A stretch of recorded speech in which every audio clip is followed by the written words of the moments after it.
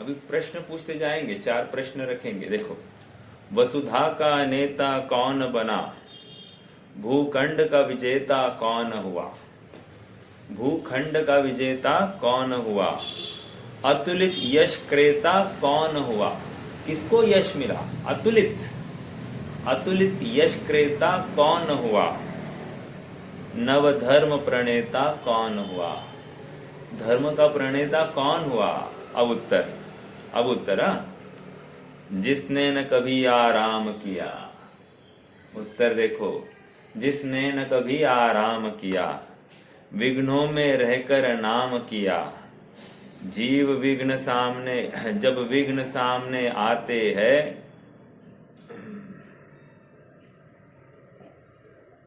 सोते से हमें जगाते हैं।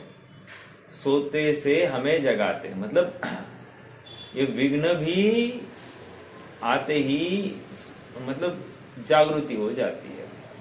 ऐसे जीव को ही क्या क्या मिलता है? वसुधा का नेता बनता है, भूखंड का विजेता बनता है, अतुलित यश का स्वामी बनता है और धर्म का प्रणेता बनता है, जिसने न कभी आराम किया। अर्थात निरंतर धगज अपने गंतव्य की ओर दृष्टि रखा हुआ जो कोई है, उसको अपने में कुछ कमियां है ये कभी खबर होती है। जैसे हेलन केलर,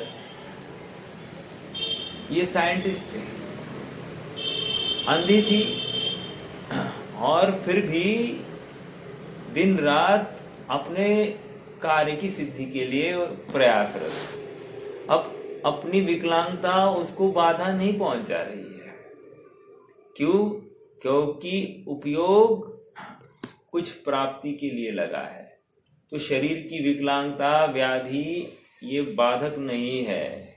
जब हुनर है, होश है और जज्बा है तो काम होता ही होता है। जरूरत है यथार्थ जज्बे की। आज तक इस जीव ने हर सिचुएशन को स्वयं को कन्विंस किया। कदाचित ऐसा हो सकता है क्या, भूतकाल में मेरी कोई विचारधारा थी, आज मेरी कोई विचारधारा है, ओके, लेकिन भूतकाल में भी मैं सही था और आज भी मैं सही हूं। ऐसा हो सकता है क्या? ऐसा ही है, प्रत्येक जीव को यही लग रहा है। भूतकाल में मान लो कोई अलग विचारधारा थी और आज मान लो एकदम अलग, उसकी पूरी अपोजिट विचारधारा है। मान लो एग्जाम्पल लेता हूं, जैसे किसी को भूतकाल में बहुत घूमना फिरना अच्छा लगता था और आज उसको घूमना फिरना बिल्कुल अच्छा नहीं लगता है, ओके। अब ये एकदम अपोजिट विचारधारा है ना। जब घूमना फिरना अच्छा लगता था वो स्वयं को कन्विंस करता था यही है मार्ग सुखी होने का, और आज जब उसको घूमना फिरना अच्छा नहीं लग रहा है ना तो वो स्वयं को इसी प्रकार से कन्विंस कर रहा है यही है मार्ग सुखी होने का। अर्थात दोनों अवस्था में वो स्वयं को कन्विंस कर रहा है और जस्टिफाई कर रहा है कि हाँ मेरी सोच यथार्थ है। लेकिन प्रॉब्लम तुम्हारी सोच यथार्थ है या नहीं है इसे लेकर कुछ नहीं फर्क पड़ता। फर्क जो पड़ेगा तुम्हारी सोच आगम से योग्य है क्या, आगम से मिलान खाती क्या, इसको लेकर है। समझ में आ रहा है क्या? और यही जीव भूल जाता है। हर बार वो स्वयं को सत्यार्थ ही घोषित करता है, मैं सही हूं बाकी दुनिया गलत है, जबकि ऐसी बात नहीं है। वो हर समय में गलत ही होता है। जब तक उसको आगम दृष्टि नहीं है, आगम के तथ्यों पर विश्वास नहीं है, तब तक वो विषयों में भटकता है और मतलब संयोगों से प्रभावित होता है और उन संयोगों की ही वांछा वासना में दिन रात लगा रहता है। उनकी ही कुशलता रखने में उसका यत्न चलता है। आत्मा इन संयोगों से भिन्न है, परे है, ये इसको भान ही नहीं। भले ही पढ़ता है, दिन भर सुनता होगा, लेकिन स्वयं के लिए नहीं पढ़ रहा है, समझने के लिए समझ रहा है। इससे कोई लाभ नहीं होता।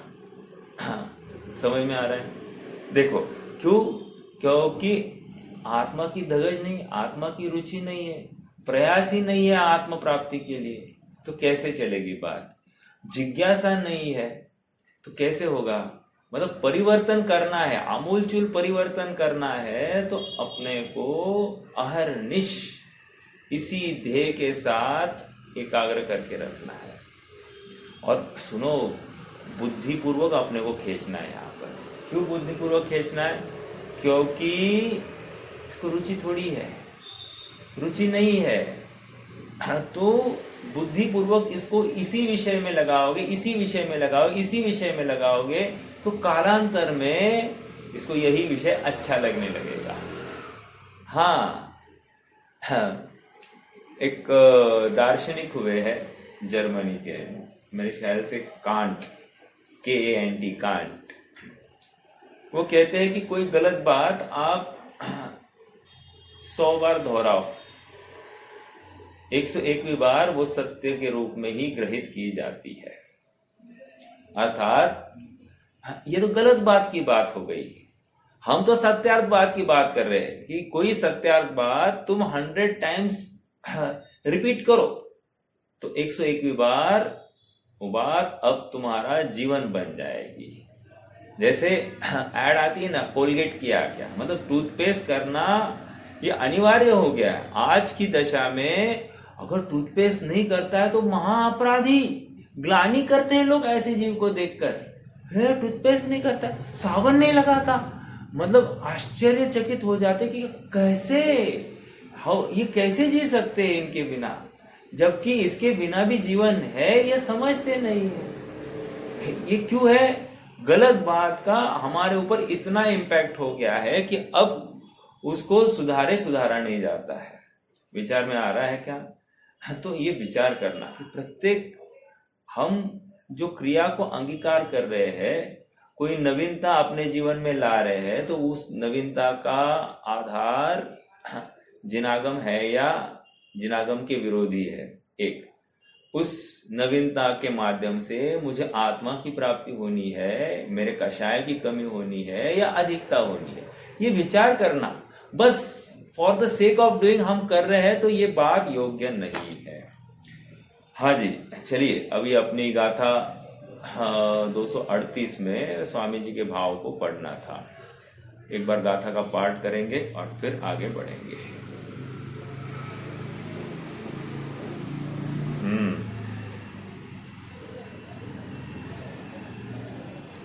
150 पर देखो। जम्मण्णाणि कम्मं खवेदि भवसय सहस कोडिहिं तम्णाणि तिहिं गुत्तो खवेदि उस्सास में तीन गुप्ती पूर्वक ज्ञानी कर्मों को एक क्षणार्ध में नाश को प्राप्त करता है। अब लॉजिकल बात यह है कि अज्ञानी के कर्मों का नाश और ज्ञानी के कर्मों का नाश, इनमें कोरिलेशन नहीं किया जा सकता। क्यों? क्योंकि दोनों विरुद्ध दिशाओं में जाने वाली गाड़ियां हैं, तो दोनों का कर्मनाश होता ही नहीं। मतलब अज्ञानी का तो कर्मनाश हो ही नहीं रहा है, कहो तो उसका कदाचित इस भव संबंधी पर भव संबंधी वासना हो गई तो अधिक बंध को प्राप्त हो, मतलब उसके बंध में पुण्य में भी हीनाधिकता आती है कि नहीं आती है। देखो जैसे हमने पढ़ा था कि मान लो कि कषाय मंद है तो पुण्य प्रकृतियों का तीव्र बंध होता है। मान लो कषाय तीव्र है तो पुण्य प्रकृतियों का मंद बंध होता है। अभी फैक्ट ये है कि ये कौन सा परिणाम कर रहा है? बाहर से शुभ भाव दिखाई दे रहा है, अंदर अंतरंग तो केवल ज्ञान गोचर ही है। समझ में आ रहा है क्या? इवन ये स्वयं नहीं पकड़ पा रहा होगा। एक बात। दूसरी बात, ये अज्ञानी छल नहीं कर रहा है। किसको खड़ा किया अज्ञानी के रूप में? द्रव्यलिंगी साधु। छल नहीं कर रहा है, उसको बिल्कुल लग रहा है कि विकल्प मात्र भी, आत्मा का विकल्प भी बंध का कारण है, ये वो स्वयं स्वीकार कर रहा है। ये सब हम थियोरेटिकल चर्चा कर रहे हैं, लेकिन प्रैक्टिकली उसकी जो विपरीतता है वो केवल ज्ञान गोचर ही है। ठीक है, हम और आप उसमें पकड़ नहीं सकेंगे कि क्या कमी है। चलो क्या कह रहे हैं, स्वामी जी के भाव को पढ़ना था ना। लास्ट लाइन अगले पेज पर 151 पर एकदम लास्ट लाइन देखो, अज्ञानी जीव अज्ञान से तप दया दान यात्रा करता है, काफी चर्चा हो गई कल अपनी, किंतु इन समस्त क्रियाकांड से के कारण वह कर्मों को बढ़ा रहा है। क्या कर रहा है? कर्मों को बढ़ा रहा है। देखो ना, अपन तीर्थ यात्रा भी करेंगे और मान लो सम्मेद शिखर गए, तो सम्मेद शिखर जाकर हमने क्या किया, और कितना दूर है और कितना दूर है और कितना दूर है, ऐसे ही करते ना 18 किलोमीटर चढ़ना, 18 9 मुझे मालूम नहीं, 9 किलोमीटर 9 किलोमीटर 9 किलोमीटर ऐसा कुछ होगा, मुझे ज्यादा मैं गया ही नहीं अभी तक। कहने की बात इतनी है कि वहां पर अब अगला कौन सा टूक है, अब अगले कौन सा टूक है, और इस टूक में इसमें कितना अंतर है, यही अपनी चर्चा चलती है। मतलब ट्रेकिंग चल रही है, वहां तीर्थ यात्रा या तीर्थ वंदना नहीं चल रही है। एक दूसरी बात, हमारा प्रवास कितने बजे चालू होता है, मैंने सुना है, मुझे मालूम नहीं, क्या मान लो 2-3 बजे, मतलब मॉर्निंग सुबह सुबह के 2-3 बजे के आसपास, 3-4 बजे चलता होगा, चालू होता होगा, तो तब जाकर हम पूरी वंदना कर आ सकते हैं, ऐसा कुछ है। फिर से रात्रि में गमन किया जाता है क्या, विचारणीय बिंदु है। तो अपने आप फिर नहीं होगा तो डरना नहीं, जितना होगा उतना ही दिन में ही करना। फिर पूरा नहीं होगा ना, नहीं होगा तो नहीं होगा। अरे भाव नमस्कार नाम की कोई चीज है कि नहीं अपने यहाँ पर, तो बिल्कुल उससे कोई फर्क नहीं पड़ता है। और भगवान कह रहे हैं कि तू तीर्थ यात्रा नहीं भी करेगा तो भी कोई, मतलब तीर्थ यात्रा करेगा तेरे कर्म खिपेंगे और नहीं करेगा तो कर्म नहीं खिपेंगे, ऐसा बिल्कुल नहीं है। कदाचित ऐसा हो सकता है कि तीर्थ यात्रा न करने वाला अधिक कर्म खिपा रहा हो और तीर्थ यात्रा करने वाला ज्यादा बंध को प्राप्त हो रहा हो सकता है। अरे लॉजिक नहीं है तुम्हारे जाने में आने में, तुम क्या कैसे जा रहे हो। पहले तीर्थ यात्रा जाते थे, रात्रि में बिल्कुल गमन नहीं होता था, खान पान विवेक वाला होता था, सारी व्यवस्थाएं स्वयं को करनी पड़ती थी। आज की डेट में सभी व्यवस्थाएं मतलब वो कहते हैं ना, सबको मतलब सब कॉन्ट्रैक्टेड दी है, कॉन्ट्रैक्ट के रूप में दी गई है। तो अब कुछ नहीं है, पैसे गिनना और कॉन्ट्रैक्ट के माध्यम से सब काम करके लेना। अब वहां पर व्यवस्थाओं में कुछ कमी हो, मान लो वहां पर तीर्थ स्थान पर हमको रहने के लिए कोई जगह नहीं मिली, कितनी आकुलता होगी। रूम अच्छा नहीं था, एसी नहीं, ये नहीं वो नहीं, होता है कि नहीं। गया किस प्रयोजन से और परिणाम किस जाति के हो रहे हैं। तो बहुत सारे प्रॉब्लम्स हो सकते हैं। व्यवस्थाएं अगर थोड़ी बहुत 19-20 हो तो व्यवस्था करने वाले की तो फिर खैरियत ही नहीं है। ये सब बातें हैं और संक्लेश का कारण बनती है। गया था किस नाम से, धर्म के नाम से, और समस्त क्रियाकांड के कारण कर्मों को बढ़ा देता है। आप पकड़ रहे हैं ना, ये एनालिसिस करना मतलब क्या है। अभी जैसे दान करना है, दान दियो अभिमान ठान, अर्थात अभिमान धारण करके अगर दान दिया गया तो क्या उपलब्धि है।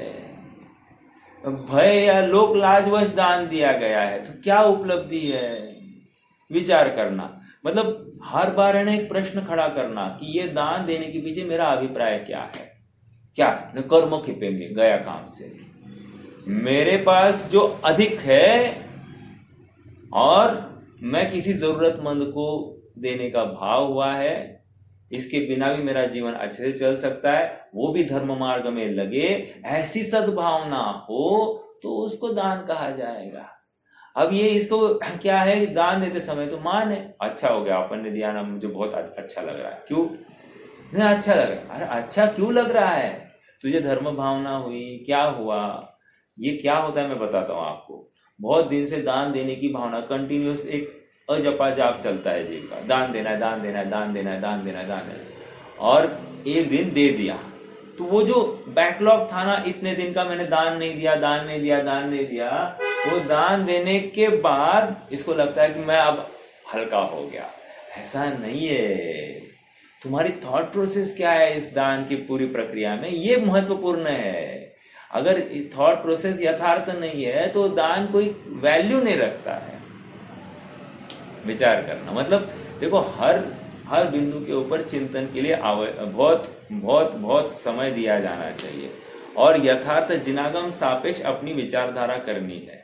अगर वो नहीं है तो हम भ्रम में है। धर्म के नाम पर हम धर्म नहीं कर रहे हैं, अधर्म कर रहे हैं। ओके, हाँ, हम कल कहा था ना, असाध्य को साधने की चेष्टा है, असाध्य को साधने की चेष्टा है, जो प्राप्त होगा ही नहीं है।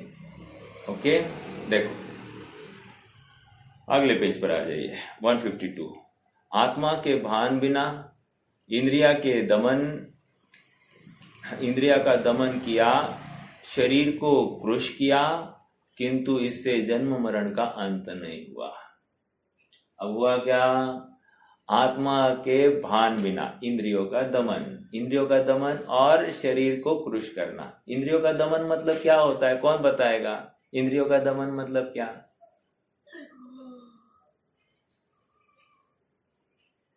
इंद्रियों का दमन क्या होता है?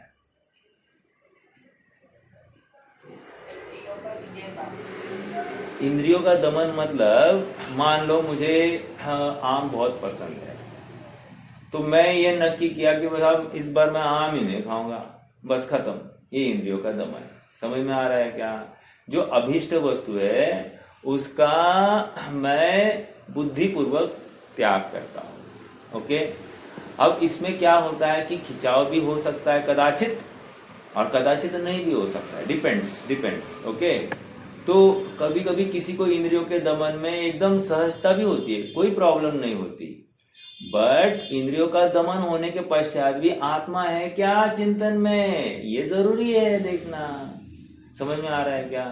तो इंद्रियों का दमन, आत्मा के भान बिना इंद्रियों का दमन हुआ एक, और शरीर को क्रुश किया, व्रत उपवास आदि पालन करता रहा, लेकिन शरीर का क्रुश करना आत्मा के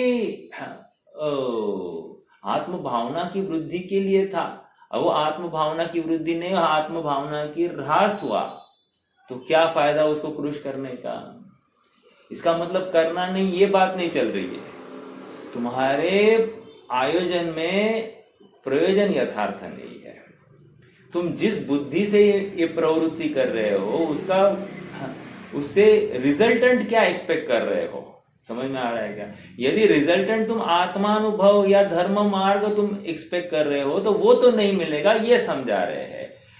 हम विरोध नहीं कर रहे इस क्रिया का, क्योंकि ज्ञानी के भी इंद्रियों का दमन और शरीर को क्रुश करने की बातें चलती है, लेकिन वो आत्मभान पूर्वक होती है। यहाँ आत्मा को भूलकर बाकी सब क्रियाएं करेंगे तो वैल्यू नहीं आती है इन क्रियाओं को, ये समझा रहे हैं।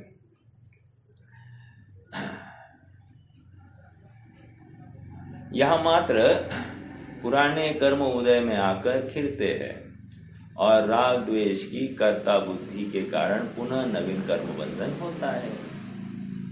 किसकी बात चल रही है? या अज्ञानी की बात चल रही है, क्योंकि पुराने कर्म उदय में आएंगे, उनकी निर्जरा होगी ना।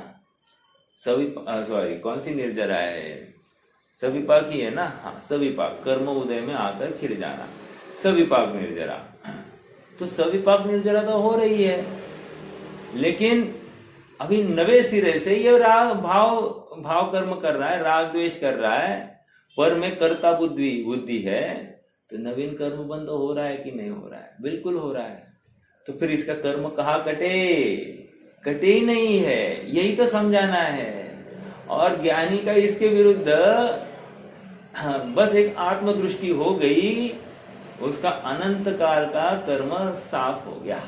साफ, अनंत काल के कर्म एक झटके में साफ हो सकते। अपने पास ज्यादा दूर जाना नहीं है अपने को।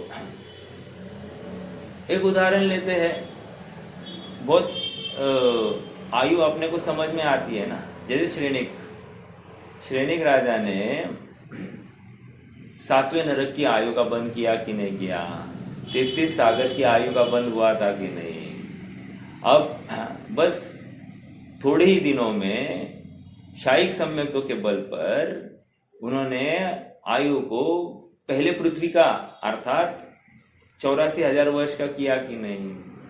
और एक प्रश्न, वैसे पहले नरक पृथ्वी में जगन्य आयु कितनी होती है?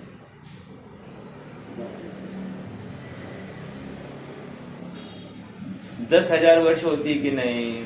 10,000 वर्ष होती है। लेकिन देखो 84,000 ही क्यों की? फिर उसी जाति का परिणाम हुआ है तो उसी जाति का बंध हुआ है। समझ में आ रहा है क्या? 10,000 के योग्य परिणाम नहीं हुआ तो नहीं हुई आयु बंद। समझ में आ रहा है क्या? जितना परिणाम हुआ उतनी ही आयु बन गई। At the end of day जीव जैसा परिणाम करेगा वैसा फल मिल रहा है। अब ज्ञानी को भी अगर नरक जाना है तो जाना ही है, उसको भी नरक छूटने वाला नहीं है। लेकिन नरक में जाकर उसकी बुद्धि यथार्थ है, अज्ञानी स्वर्ग में जाकर भी उसकी बुद्धि विपरीत है, तो लाभ नहीं होगा ना। वो वहां पर दुखी और ये नरक में सुखी। विचार करना। जिन कर्मों को अज्ञानी अनंत भवों में दूर नहीं कर सकता, ऐसे कर्मों को ज्ञानी शीघ्र ही मूलतः नाश करते हैं। इसी का नाम धर्म है, संवर है, निर्जरा है। इसी को धर्म कहते हैं। 7वीं गाथा इसी प्रवचन साठी। चारितम खलु धम्मो धम्मो जो सो समोतिनी दिठो मोह खोह विहीनो परिणामो अपनो समो। अपने आत्मा में जो परिणाम स्थित हुआ है उसके वश जो मोह और क्षोभ का अभाव पाया जा रहा है। मोह मतलब दर्शन मोह और क्षोभ मतलब कषाय चारित्र मोह। इनका जो अभाव पाया जा रहा है आत्म परिणाम के बल पर, इसी के कारण इस जीव को क्या कहा जा रहा है? इस चारित्र को ही धर्म कहा जा रहा है। समझ में आ रहा है क्या? हाँ जी। जिन कर्मों, ये हो गया। आगे ऐसा यहाँ ऐसा कहा है कि आगम ज्ञान 1, तत्वार श्रद्धा 2 और संयतत्व, इन तीनों पूर्वक आत्मज्ञान हो तो ही मोक्ष मार्ग होता है। आत्मज्ञान के बिना उक्त तीनों हो तो भी वह कार्यकारी नहीं है। हाँ, मतलब क्या मालूम है क्या? शास्त्र पढ़ लिए, सम्यक ज्ञान, सच्चे देव शास्त्र गुरु का निर्णय हो गया,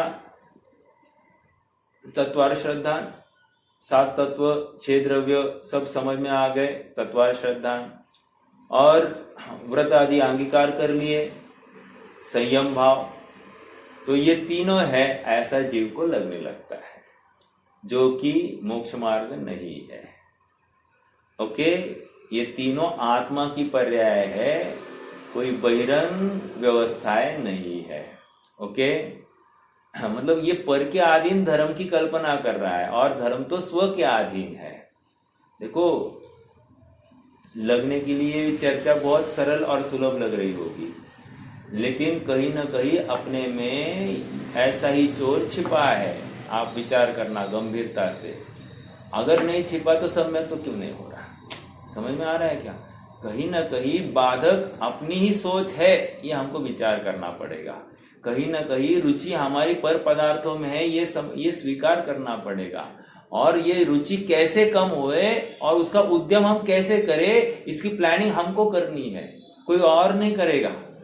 मतलब हमारी कमजोरी को पहले फाइंड आउट करना, उस कमजोरी के ऊपर उपाय क्या है ये भी विचार करना, उस विचार के अनुसार उसका अमल कैसे किया जाए ये भी हमको ही करना है।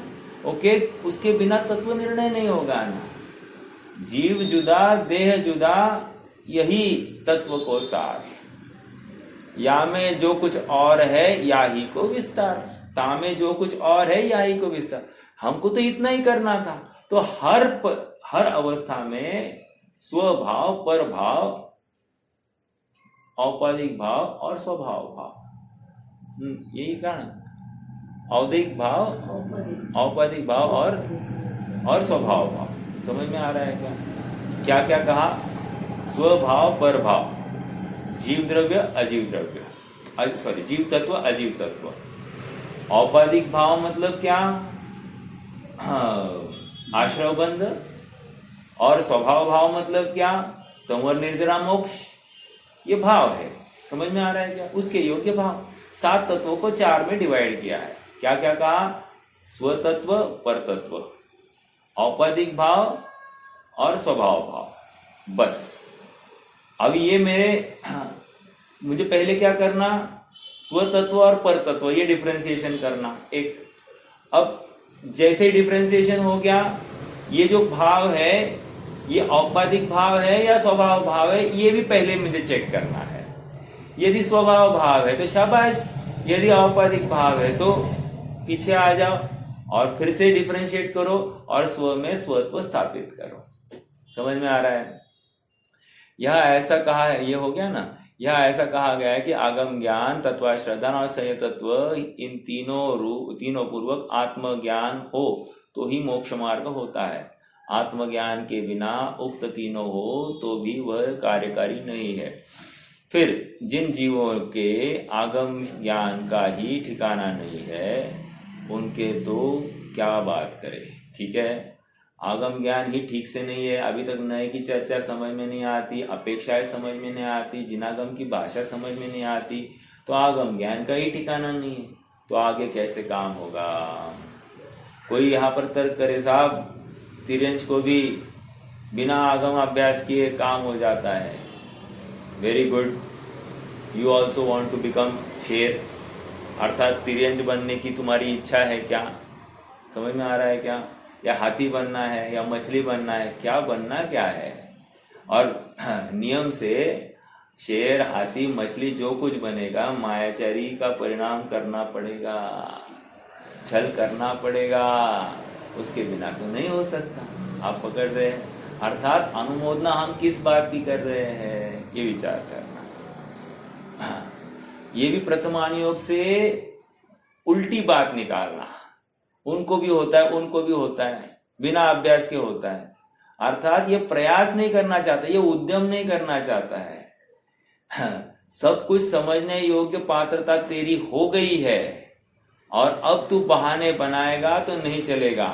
हाँ, कदाचित अन्य जीवों की पात्रता नहीं थी तो हम उनके तो कर्म का ही उदय हम कहेंगे, लेकिन तेरी पात्रता हो गई है और फिर भी तू स्वच्छंदी रहना चाहता है, तो तेरी सच्ची रुचि जागृत नहीं हुई है। और जिसको सच्ची रुचि नहीं है वो कहाँ जाएगा? वो मोक्ष जाएगा क्या? नहीं, उसको तो निगोज जाना है। हाँ, अनंत काल रही है, अनंत काल, वहां पर भी अनंत काल रहने की बात है। ओके, आगे। आत्मज्ञान के बिना उक्त तीनों हो तो भी वह कार्यकारी नहीं है। फिर जिन जीवों के आगम ज्ञान का ही ठिकाना नहीं है, उनकी तो बात क्या करें।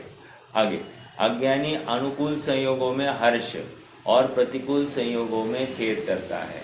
ये कहा की बात आई, प्रतिकूल संयोगों में क्रोधित होकर संसार बढ़ाया है। अब उल्टा क्या किया हमने? अनुकूल संयोगों में हर्षित होकर संसार बढ़ाया है। अब क्या है, दुनिया को क्या लगता है, जो अनुकूलता में बैठा है ना वो मंद कषाई है, और जो प्रतिकूलता में बैठा है ना वो तीव्र कषाई है। ये भी एक बहुत बड़ी भ्रांति है, बहुत बड़ी भ्रांति है। क्यों? अनुकूलता वाले से वो अनुकूलता की थाली खींच लो बाजू में, अब देखो कैसे थे थे थे थे थे थे थे थे चालू हो जाएगी उसकी आकुलता। अब देखो तो सही, आजमाना है तो देख सकते हैं, एक प्रतिकूलता की ठोकर भी इसको हिला देगी। कदाचित जिसके जीवन में बहुत प्रतिकूलता है वो छुटपुट प्रतिकूलताओं से डरता नहीं है, लेकिन जिसके जीवन में बहुत अनुकूलता है, एक प्रतिकूलता आ जाए तो ये तिलमिला जाता है। पकड़ में आ रही क्या बात? इसलिए ओ रामधारी सिंह का दिनकर का, जिसने न कभी आराम किया, विघ्नों में रहकर काम किया। ठीक है,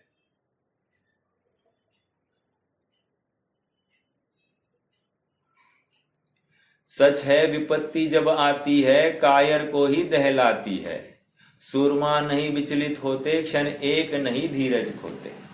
विचार करना मतलब ये हमारे जीवन में प्रैक्टिकल एप्लीकेशन की बातें हैं। मैं किसी और की बात सुना रहा हूं ऐसा नहीं। हम ये इतने छोटे छोटे बेसिक्स भी भूल रहे हैं। आज की डेट में हम छोटे छोटे बेसिक्स भी भूल रहे हैं। ये वास्तविकता है। थोड़ा सा भी प्रतिकूल कोई, अभी जैसे अभी गर्मी है, राइट? अब गर्मी है तो सही जा रही है क्या? इतनी लू है, परेशान हुआ है कि नहीं? वह आत्मभावना भा सकता है क्या? नहीं भा सक रहा है। अब विचार करना कर, वहां पर नरकों में क्या होगा? नरकों में क्या होगा? वहां तो इससे अनंत गुना गर्मी है। अब ये गर्मी सही नहीं जा रही है, वहां कैसे? आप कहोगे साहब वहां वैकृत शरीर है। बराबर है, वैकृत शरीर है, वैकृत शरीर का कुछ होता नहीं, हम भी समझते हैं। लेकिन उसमें बैठने वाला जीवराज जो है ना, यहाँ पर इन प्रतिकूलताओं में भी विवल हुआ है, तो उस प्रतिकूलता को वो लेकर वो आनंदित होगा क्या? नहीं होगा, वो भी दुखी होगा। क्योंकि हर किसी को उस समय में उस सुख की तरफ उसका झुकाव होता ही है। ये संज्ञा पड़ी है कि वो कहीं ना कहीं विषय अभिलाषा उसको अपेक्षित है, और नहीं मिलती तो आकुलता ही आकुलता है। ठीक है,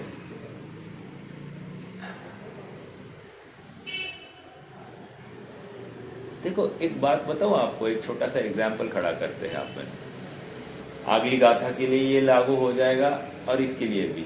हमें मालूम नहीं आज होगी कि नहीं चालू, बट देखते हैं। एग्जाम्पल ऐसा है, मान लो किसी ने अपने को कहा कि भैया आपके तो कैंसर है। ओके, डॉक्टर ने कहा कैंसर है। अब कैंसर है और डॉक्टर ने कहा 15 दिन में ही इसका उपाय करो, नहीं तो 4th स्टेज जाने वाला है। ये 3rd स्टेज है, अभी 4th स्टेज जाएगा, इसलिए ये गांठ वाट सब निकालनी पड़ेगी।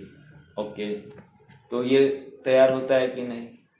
घर वालों को पूछता है क्या इतना खर्चा है, करना कि नहीं करना? डायरेक्टली अपॉइंटमेंट फिक्स करके तारीख भी नक्की करके आ जाता है। आता है कि नहीं? रुपया पैसे की व्यवस्था कहाँ से करेगा? वो सब करेंगे। जमीन जायदाद भी बेचेंगे, नहीं कुछ बेच सकते तो घर भी बेच के या गिरवी रख के हम पैसा इकट्ठा करेंगे। करता है कि नहीं करता है? करता है। तो यहाँ पर अपना नाश हो रहा है, अपना नुकसान हो रहा है, शरीर की क्षति हो रही है। ये इसका भान कितना है इसको?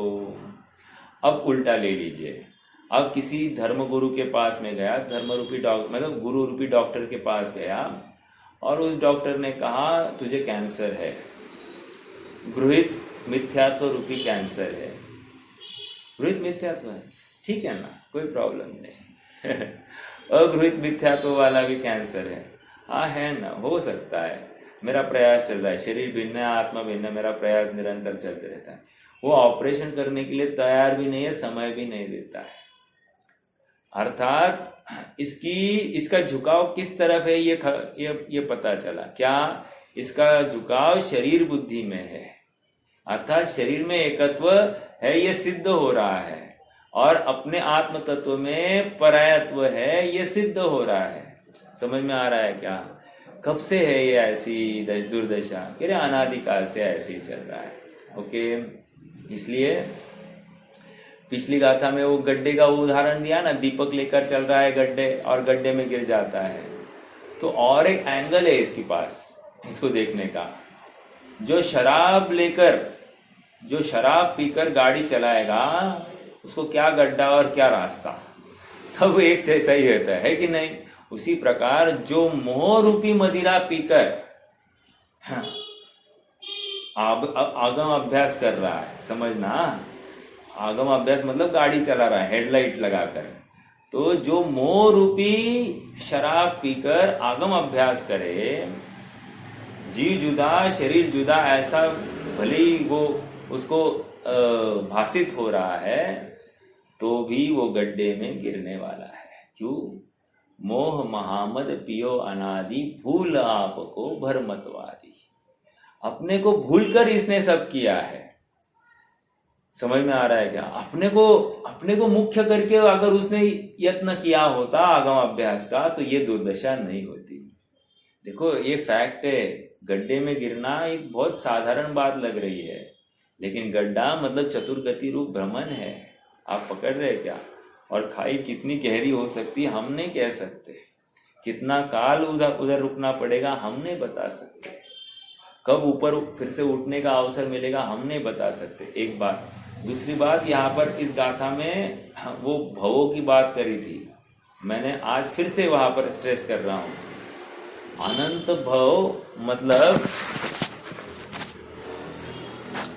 और फिर से 24 मैक्सिमम की बात है, तो इतने ही है। इसके आगे क्या? 48, फिर निगोद जाएगा। अब निगोद में कितना काल रहेगा मालूम नहीं, फिर बाहर आएगा, फिर वो मनुष्य कदाचित जब निकलेगा फिर मनुष्य बनेगा, और फिर ऐसे भव।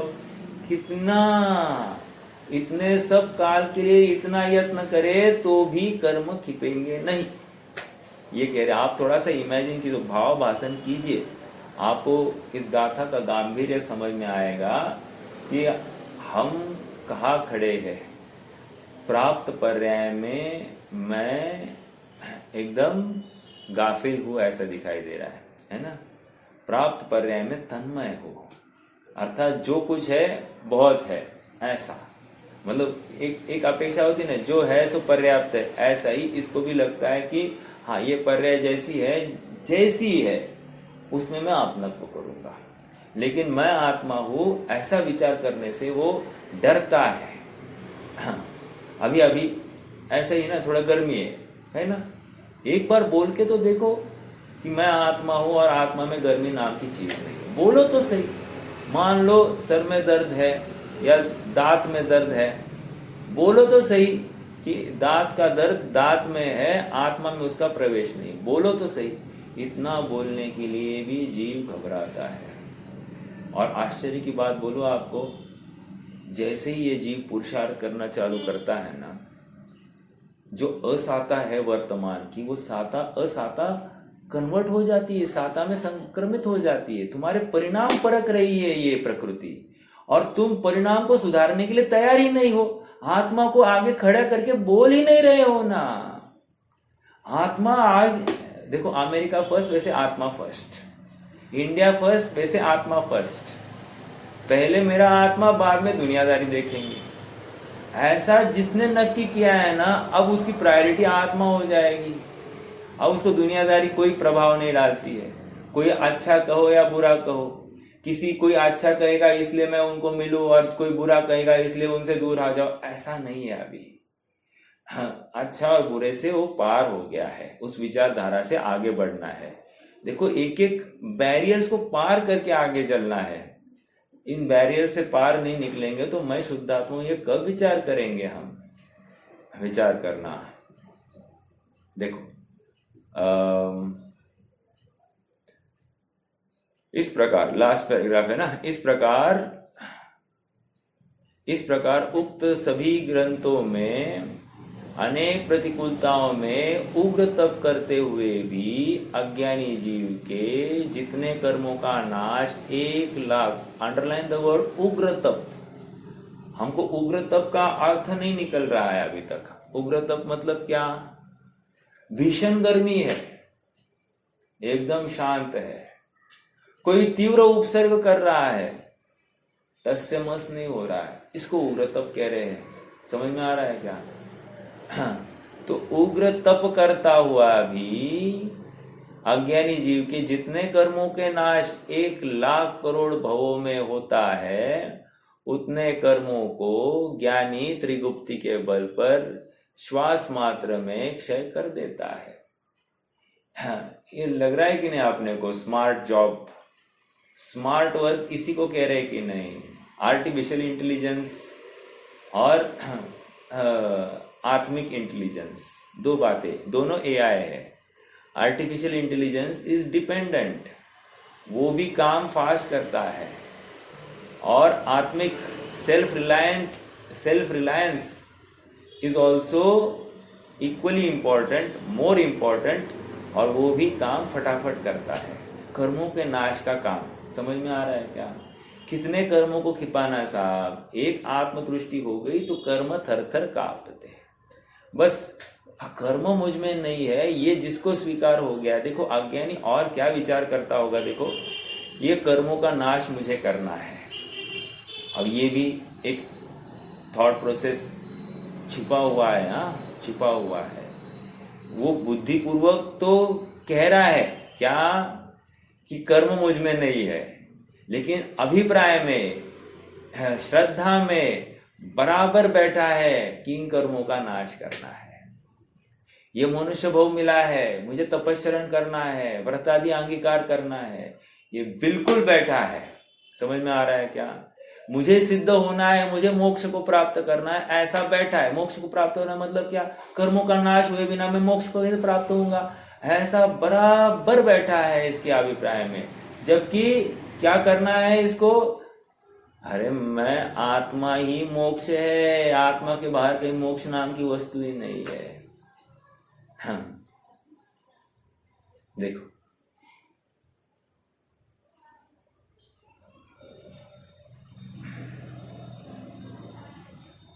अनेक प्रतिकूलताओं में उग्र तप करते हुए भी अज्ञानी जीव के जितने कर्मों का नाश 1,00,000 करोड़ भवों में होता है, उतने कर्मों को ज्ञानी त्रिगुप्ति के बल पर श्वास मात्र में क्षय कर देता है, यह कहा गया है। किंतु छह डाला नामक ग्रंथ में पंडित दौलत राम जी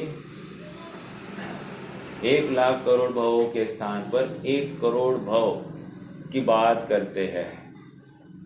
उनका कथन मूलतः इस प्रकार है। कोटि जन्म तप तपे ज्ञान बिन कर्म झरे जय, ज्ञानी के छिन माहि त्रिगुप्ति तय सहज टरे।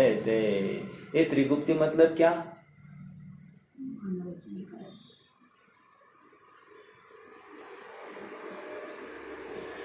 त्रिगुप्ति मतलब क्या?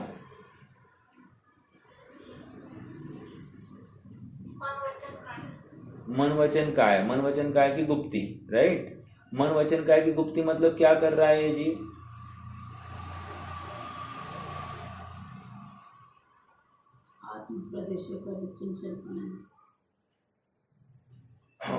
मन गुप्ती मतलब विचार नहीं करना, है कि नहीं? वचन गुप्ती मतलब बोलना नहीं, और काय गुप्ती मतलब हाथ पैर हिलाना नहीं। किसी को बोल रहे हैं कि अपन गुप्ती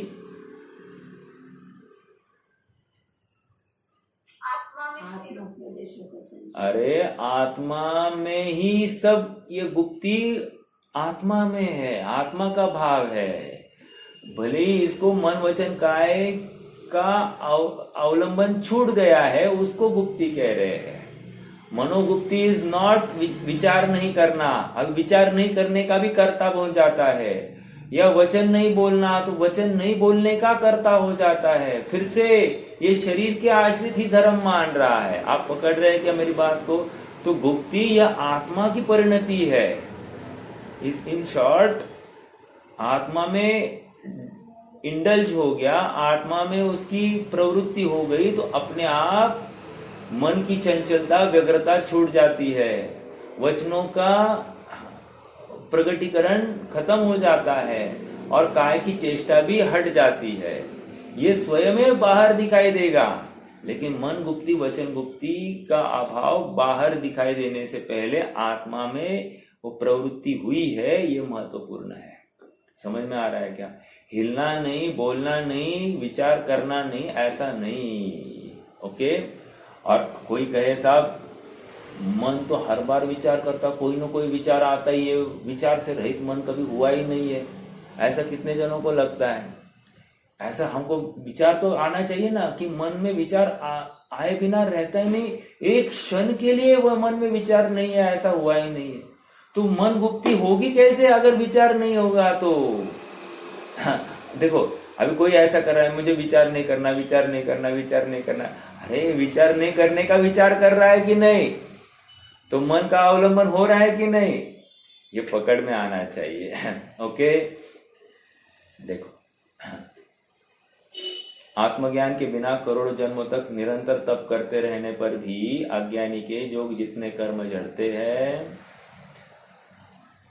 वे और उतने ही कर्मों को ज्ञानी जन त्रिगुप्ति के बल से क्षण भर में नष्ट कर देते हैं। यदि इस अंतर को हम यह कहकर टाल दें कि छंद के स्थान की कमी के कारण ऐसा हो गया होगा, तथापि एक बात यह भी है कि अज्ञानी की निर्जरा होती ही नहीं। अंडरलाइन दिस, ये अभी बोल्ड का बहुत इंपॉर्टेंट है, पॉइंट टू बी नोटेड है। ये सब क्या कहा, अज्ञानी की निर्जरा होती ही नहीं है, और जो हो रही है उसको निर्जरा होती नहीं मतलब मोक्ष मार्ग वाली निर्जरा की बात कर रहे हैं। हाँ, तो निर्जरा तो सबकी हो रही है, बट ये मोक्ष मार्ग वाली निर्जरा नहीं हो रही अज्ञानी की, जिससे ज्ञानी की निर्जरा की तुलना की जा सके। वस्तुतः बात यह है कि बाल तपादि के काल में अज्ञानी के जो कर्म झड़ते हैं उस काल में आगामी कर्म बंधन होते रहने से उक्त कर्म के झड़ने को मुक्ति के कारण रूप निर्जरा कहना मात्र उपचरित कथन ही है। ठीक है, आगे एक बात यह भी विचारणीय है कि तप मुख्यतः मनुष्य गति में ही होता है। जब यह जीव 2000 सागर की त्रस पर्याय प्राप्त करता है तब उसमें मनुष्य के भाव 48 ही होते हैं। ऐसी स्थिति में 1,00,000 करोड़ भाव होना कैसे संभव होगा। वस्तुतः बात यह है कि सम्यक दर्शन और सम्यक ज्ञान रहित तप की निरर्थकता और सम्यक दर्शन व सम्यक ज्ञान सहित तप की महिमा बताने के लिए उक्त कथन किया गया है। ये लॉजिक समझ में आ रहा है क्या? ये बात क्यों कह रहे हैं कि सम्यक दर्शन और सम्यक ज्ञान हो तो उस तप को वैल्यू है। सम्यक दर्शन सम्यक ज्ञान बिना उस तप को कोई वैल्यू नहीं है। यदि यह सत्य है तो फिर 1 करोड़ और 1,00,000 करोड़ में से क्या फर्क पड़ता है, क्योंकि दोनों कथनों से हमारे चित्त में सम्यक दर्शन ज्ञान पूर्वक किए जाने वाले तप से होने वाली निर्जरा की महिमा तो आ ही जाती है। विशेष ध्यान देने योग्य बात यह है कि जो आचार्य कुंद प्रवचन सार में शत सहस्त्र कोटि 1,00,000 करोड़ भवों की बात कहते हैं, वही आचार्य कुंद दर्शन पाउल की 5वीं गाथा में 1,000 करोड़ की बात लिखते हैं। दर्शन पाउल की उक्त गाथा इस प्रकार है। सम्मत विरहियाणम सुट्टुवि उग्गम तवम चरन्ताणम न लहन्ति बोहिलाहम अविवास सहस्र कोडिहिम। अविवास सहस्र कोडिहिम, सहस्र मतलब 1000, कोटि करोड़, तो 1000 कोटि वर्ष के लिए क्या करता है, उग्गम तवम चरन्ताणम, उग्र तप का अवलंबन लेता है। कौन? सम्मत विरहिया, अर्थात सम्यक्त्व से रहित कोई उग्र तप का अंगीकार करता है। न लहन्ति बोहिलाहम अविवास सहस्र कोडिहिम, बोधि की प्राप्ति नहीं होती है। ठीक है, इसलिए हितेश भैया ने कहा था ना कि संयम तो है, संयम भी नहीं है, ये बोधि की प्राप्ति नहीं है, राइट। और लॉजिकली आप कर्णन योग के माध्यम से हम क्या देखते हैं कि सम्यक्त्व की पूर्णता 7वें गुणस्थान में, शायिक सम्यक्त्व हो गया, ज्ञान की पूर्णता 13वें गुणस्थान में, और चारित्र की पूर्णता अंतिम में है, अर्थात 14वें के पार में चारित्र पूर्ण हुआ कहते हैं, राइट। तो ये विचारणीय बिंदु है कि क्रम इनका पूर्ण होने का कब है। अब कोई कहे अभी संयम तो है ना, संयम तो है ना, अरे संयम को है ही नहीं ना, संयम आत्मा की पर्याय है, और हम संयम मत, हाँ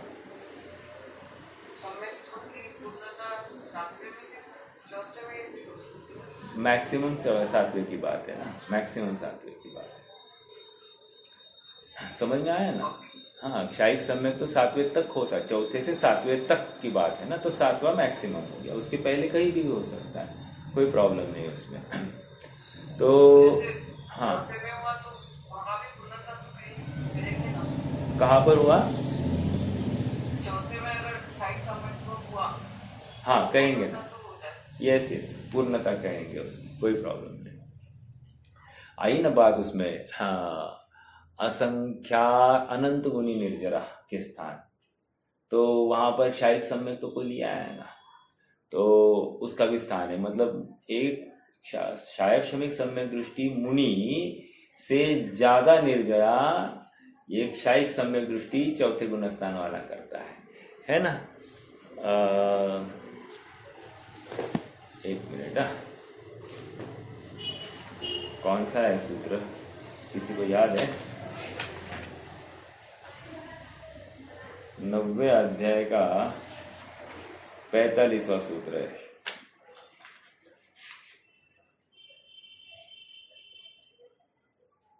हाँ जी, क्या है ये? सम्यक दृष्टि श्रावक वीरतानंत वियोग वियोजन दर्शन मोह क्षपक। एक मिनट तत्वार्थ सा ये तालिका वाला ही ओपन करता हूं।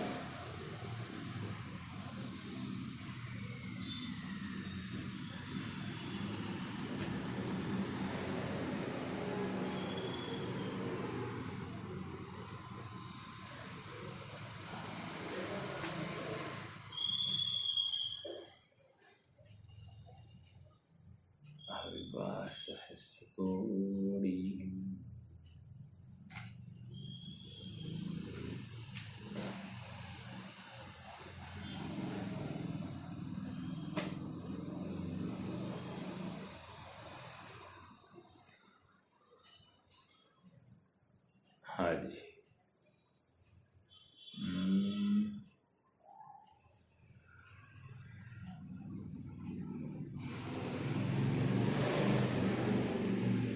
देखो, गुण श्रेणी निर्जरा की विशेषता है 10 स्थान। पहले एक साधारण सम्यक दृष्टि अव्रति श्रावक, फिर व्रति श्रावक, फिर मुनि, फिर अनंतानुबंधी का विसंयोजक, फिर दर्शन मोह का क्षपक, क्षायिक सम्यक दृष्टि, इसकी गुण श्रेणी निर्जरा। अब मुनि से ज्यादा इसकी गुण श्रेणी निर्जरा कह रहे हैं। आप पकड़ रहे हैं क्या? बस इसके लिए मैंने इतना पढ़ के दिखाया। ये 90वें अध्याय का 45वां सूत्र है। ओके,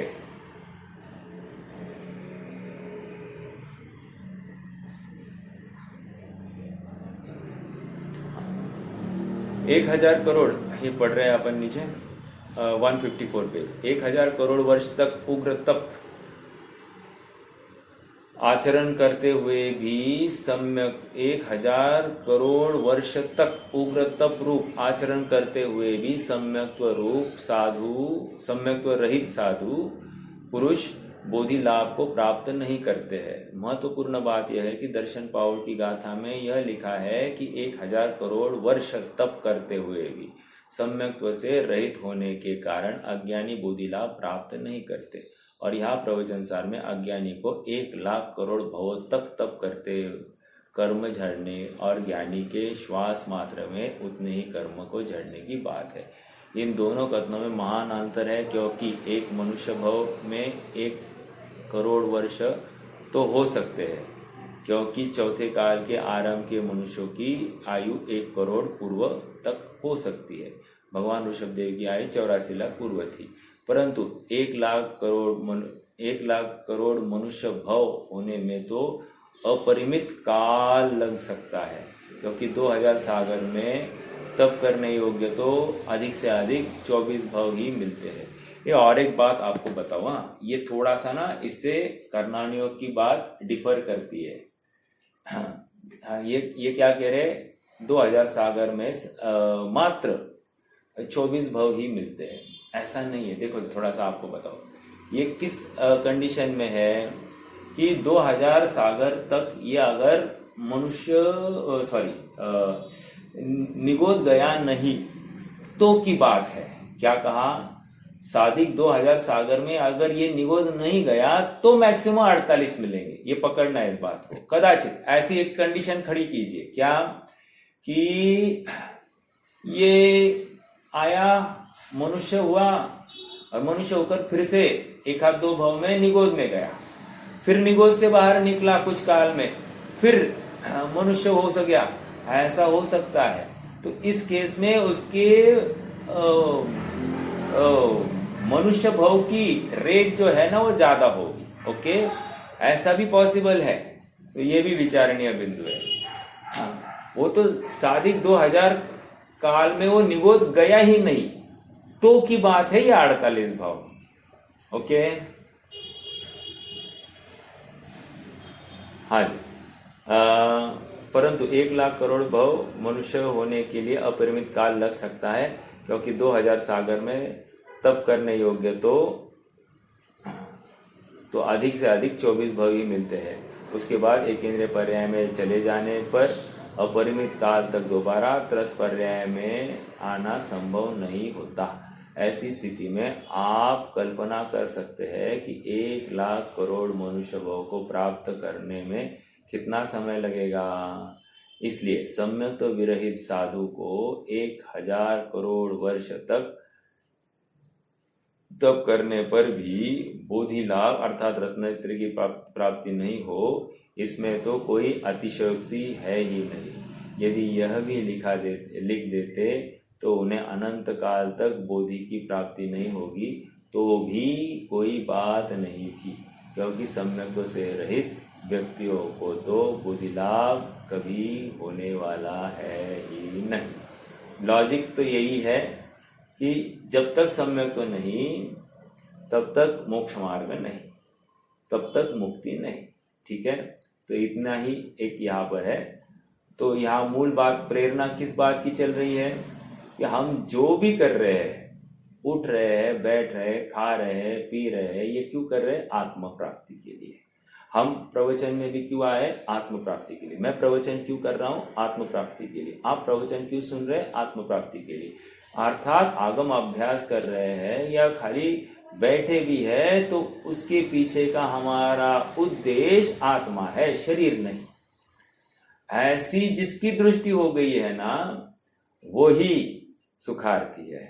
अब ये कितना उसकी जागृति होनी चाहिए इसका अनुमान आप कर रहे होंगे। मतलब स्थूल दृष्टि वाला तो इसका इधर काम ही नहीं है। यहाँ पर विशेष रुचि के बिना ऐसी जागृति होना संभव नहीं है। ओके, आइए, समय तो हो गया है, अगली गाथा अपन कल चलाएंगे। उसकी उत्थानी का तो पढ़ लेते हैं। यद्यपि विगत गाथाओं में आगम ज्ञान, तत्वार्थ श्रद्धान और संयत तत्व की महिमा का गुणगान किया गया है, उनकी असंदिग्ध उपयोगिता पर प्रकाश डाला गया है, तथापि अब इस गाथा में यह स्पष्ट करते हैं कि आत्मज्ञान शून्य आगम ज्ञान, तत्वार्थ श्रद्धान और संयत तत्व का युगपतपना भी कुछ भी नहीं कर सकता। वो गाथा इस प्रकार है। इन शॉर्ट यहाँ पर अब एक मुनि स्वरूप बताने वाले हैं, और मुनि स्वरूप किस प्रकार कर्म झाड़ते हैं, तो उनके क्या क्या होते हैं। संयम होता है, गुप्ति होती है, चारित्र होता है, तो इसके बल पर उनकी कर्म भी फिर जाते हैं, ये बात आएगी। ठीक है, अपन आज रुकते हैं। कोई प्रश्न है तो रख सकते हैं, नहीं तो जुर्माना।